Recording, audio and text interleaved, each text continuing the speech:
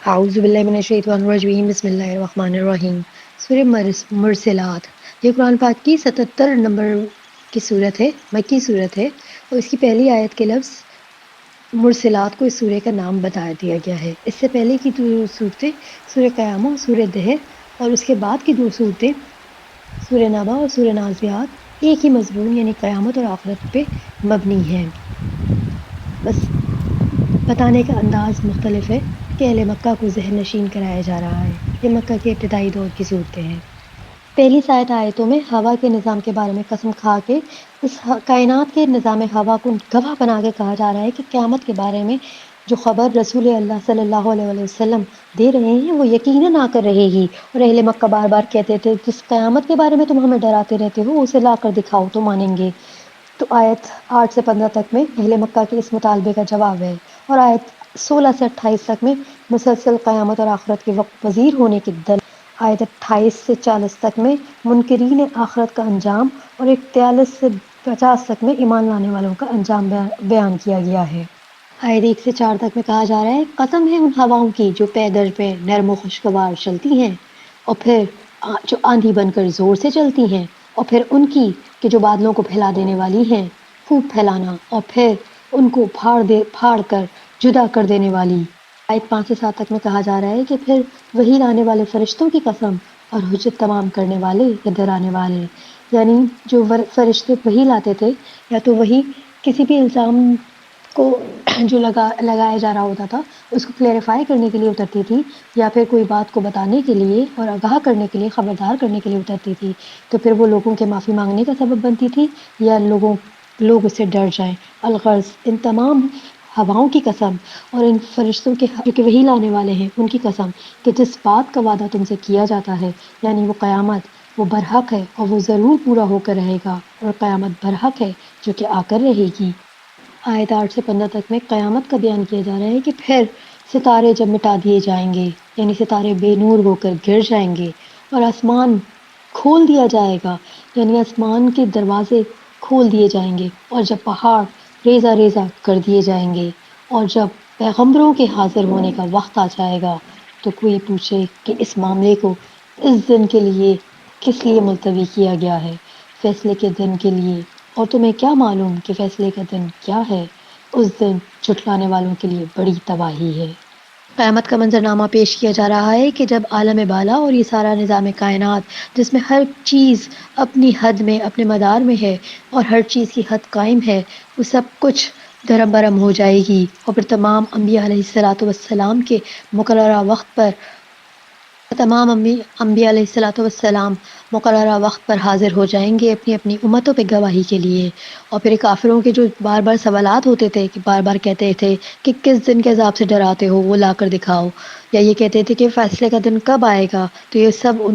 ان کی باتوں کا جواب ہے کہ وہ فیصلے کا دن آ گیا، اور وہ دن جس میں جھٹلانے والوں کے لیے بڑی ہی تباہی ہے۔ آیت 16 سے 19 تک میں کہا جا رہا ہے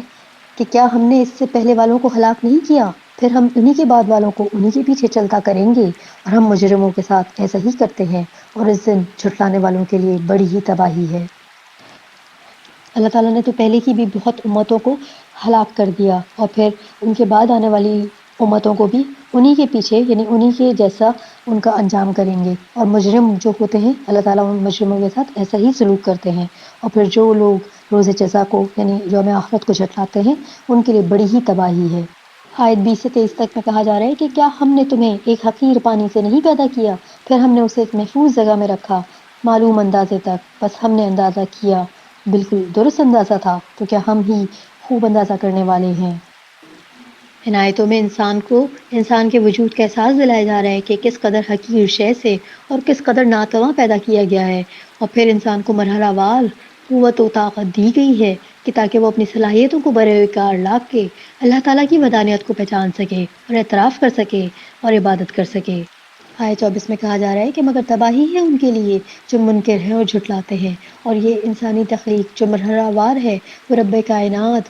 کے سوا کوئی نہیں کر سکتا، پھر بھی انسان اللہ تعالیٰ کے وجود کو جھٹلاتا ہے۔ آیت 25 سے 27 تک میں کہا جا رہا ہے کہ کیا ہم نے زمین کو سمیٹنے والی نہیں بنایا، زندوں کو بھی اور مردوں کو بھی، اور اس میں سے ہم نے بلند و بالا پہاڑ بنائے، اور ہم نے تمہیں میٹھا پانی پیاس بجھانے والا پلایا۔ ان آیتوں میں آخرت کے ممکن ہونے کی دلیل دے کر کہا جا رہا ہے کہ کرۂ ارض پر جو کروڑوں اربوں سالوں سے بے پناہ بے حساب مخلوقات کو اپنے اندر سموئے ہوئی ہے، سبھی جاندار اپنی اپنی ضرورتیں اس سے پوری کرتے چلے آ رہے ہیں، مگر اس کے خزانے بے انتہا ہیں جو نکلے چلے جا رہے ہیں، اور صرف ایک پانی کی ہی مثال دے کر بتایا جا رہا ہے کہ کس قدر بہترین طریقے سے نظام آب کو چلایا جا رہا ہے کہ آسمانوں سے بادلوں کا پانی کے برسنا، دریاؤں میں سمندروں میں جمع ہو جانا، پھر ہواؤں کا دوبارہ سے پانی کو اڑا کر آسمانوں میں بادلوں میں لے جانا اور پھر سے برسنا، صرف ایک اس نظام پر ہی انسان اگر غور کر لے تو اس قادر مطلق کی وحدانیت پر یقین آ جائے۔ آیت 28 اور 29 میں کہا جا رہا ہے کہ اس دن تباہی ہے جھٹلانے والوں کے لیے کہ ان ساری باتوں کے جاننے کے باوجود، دیکھنے کے باوجود جھٹلاتے رہتے ہیں، اور پھر اب چلو اس چیز کی طرف، یعنی اس عذاب کی طرف جس کو تم جھٹلاتے تھے۔ آیت 30 سے 34 تک میں کہا جا رہا ہے کہ تم چلو ایک سائے کی طرف جو 3 شاخوں والا ہے، جہنم کی آگ کا دھواں جو سائبان کی طرح سے بلند ہوگا اور پھر 3 شاخوں میں بٹ جائے گا۔ ایک ایسا سایہ ہوگا جو نہ سایہ کرنے والا ہوگا، نہ شعلوں سے بچانے والا ہوگا، بلا شبہ وہ جہنم کی آگ اس طرح سے چنگاریاں پھینکے گی کہ جو کہ مثل محل کے ہوں گی، گویا وہ زرد رنگ کے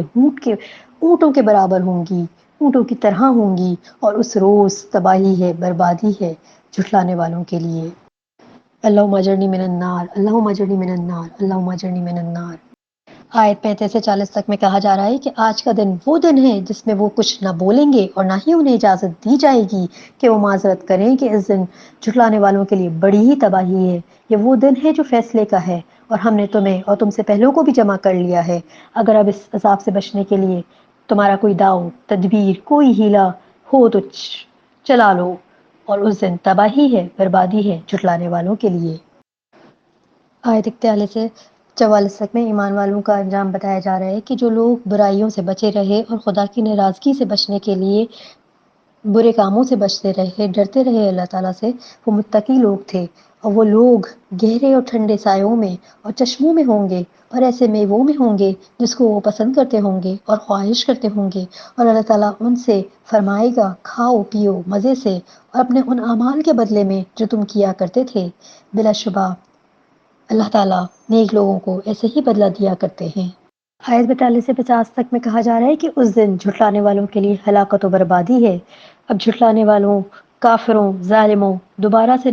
خطاب ہو رہا ہے کہ اس دنیا میں تھوڑا سا کھا لو، پی لو، مزہ کر لو، فائدہ اٹھا لو، بے شک تم مجرم ہی ہو، اور اس دن تباہی ہے، بربادی ہے جھٹلانے والوں کے لیے۔ جب ان سے کہا جاتا تھا کہ رکوع کرو تو وہ نہیں جھکتے تھے، اور اس دن تباہی ہے جھٹلانے والوں کے لیے۔ اب اس کے بعد وہ کس کلام پر ایمان لائیں گے، یعنی اس قرآن